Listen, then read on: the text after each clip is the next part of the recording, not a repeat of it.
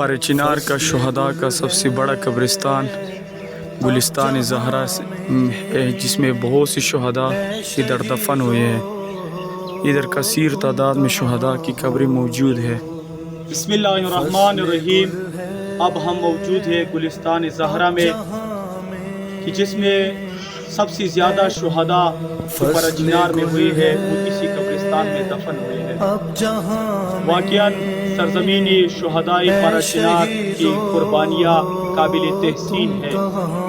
اس وجہ سے اس سرزمین کا نام بھی شہداء پر چنار اس کا نام پڑ گیا۔ اس کی وجہ یہی ہے کہ انہوں نے 1000 شہداء دیے، اور ان 1000 شہداؤں نے یہ ثابت کر دیا کہ ہم کربلا کے ماننے والے ہیں، ہم حسین ابن علی علیہ السلام کے ماننے والے ہیں۔ ہم سر تو کٹا سکتے ہیں، اعوذ باللہ من الشیطان الرجیم، بسم اللہ الرحمن الرحیم۔ وَلَا تَحْسَبَنَّ الَّذِينَ قُتِلُوا فِي سَبِيلِ اللَّهِ أَمْوَاتٌ بَلْ أَحْيَاءٌ عِندَ رَبِّهِمْ يُرْزَقُونَ۔ السلام علیکم یا شہداء، السلام علیکم یا صدیقین۔ ہمارا درود و سلام ہو شہداء پر کہ جنہوں نے اپنا لہو دے کر قوم و ملت کو بچایا، دین و مذہب کو بچایا۔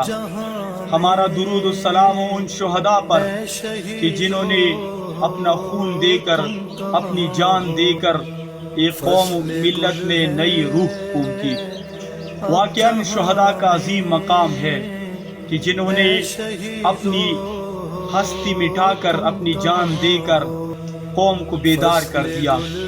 اور پھر ہمارا خصوصی درود و سلام ہو پر چنار کے شہداء پر، سرزمین شہداء پر چنار پر، ان جوانوں پر کہ جنہوں نے اپنی جان کا نذرانہ دیا اور اپنی مذہب کی دفاع کی، اپنی قوم و ملت کی دفاع کی۔ ان شہداء کا یہ پیغام ہے کہ اگر ہم نے اپنی جان دی لیکن ہم سب کو یہ پیغام دیتے ہیں۔ کس چیز کا پیغام دیتے ہیں؟ حریت کا پیغام دیتے ہیں، آزادی کا پیغام دیتے ہیں کہ مولا حسین علیہ السلام کے راہ پہ ڈٹے رہو اور اس راہ کو جاری رکھو۔ شہداء کا یہ پیغام ہے، خصوصاً شہداء پر چنار کا یہ پیغام ہے کہ ہم جھکے نہیں، ہم ڈرے نہیں، ہم میدان میں حاضر ہیں۔ اگرچہ ہم شہید ہو گئے لیکن یہ ہمارے قبروں پہ یہ سرخ جھنڈے اس چیز کی علامت ہے کہ ہم نے اس جنگ کو جاری رکھا ہے، اور تا امام زمانہ جل اللہ تعالی فرجہ شریف کی ظہور تک یہ جنگ جاری رہے گا۔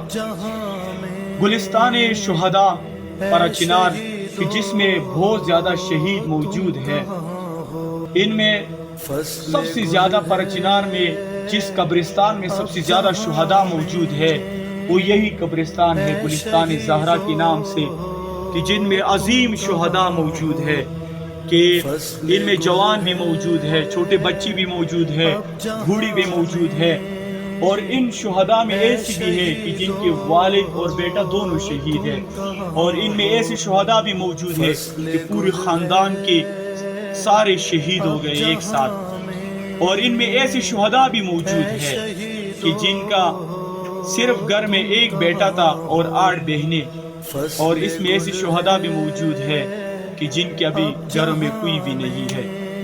ہمارا درود و سلام ہو ان عظیم شہداء پر، اور ہمارا درود و سلام ہو ان کے خاندانوں پر، کیونکہ انہوں نے ایسے نذرانے، ایسے جوانوں کو تیار کیا کہ انہوں نے دین کے لیے اپنے آپ کو قربان کر دیا۔ اور میں ایک پیغام یہ بھی دینا چاہتا ہوں کہ شہداء کے ساتھ ہمیں لگاؤ پیدا کرنا چاہیے، کیونکہ شہداء انسان کو حیات بخشتی ہے۔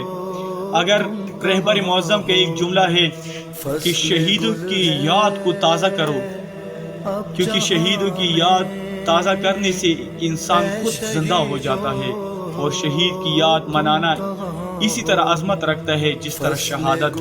اس کی فلسفہ اور وجہ یہی ہے کہ شہداء اتنا عظیم مرتبہ رکھتے ہیں، جیسے رسول خدا صلی اللہ علیہ وآلہ وسلم نے فرمایا کہ ہر درجے کے اوپر ایک درجہ ہے، لیکن شہادت ایسا درجہ ہے کہ جس کے اوپر کوئی درجہ نہیں ہے۔ واقعاً ان شہداء کی قبر پہ جب انسان آ جاتا ہے ایک سکون سا محسوس کر لیتا ہے، اور ایک سکون یہ بھی ملتا ہے کہ ہم جس راہ پہ چل رہے ہیں یعنی کربلا کا راستہ، وہ عشق کا راستہ ہے، وہ جان دینے کا راستہ ہے، وہ خون دینے کا راستہ ہے، لیکن حق پہ ڈٹ جانے کا راستہ ہے، کیونکہ مولا حسین علیہ السلام نے فرمایا تھا لا اری الموت الا سعادہ والحیات مع الظالمین الا برما، کہ میرے لیے شہادت فخر ہے اور لیکن ظالمین کی ماتح زندگی بسر کرنا میرے لیے ننگوار ہے۔ ہمارا پھر درود و سلام ہو ان شہداء پر، اور ہمارا دعا ہے خداوند تبارک و تعالی سے کہ خدا ان کو اہل بیت علیہ السلام کے ساتھ محشور کرے، مولا حسین علیہ السلام کے ساتھ محشور فرمائے، خصوصاً شہداء کربلا کے ساتھ محشور فرمائے۔ والسلام علیکم ورحمۃ اللہ وبرکاتہ۔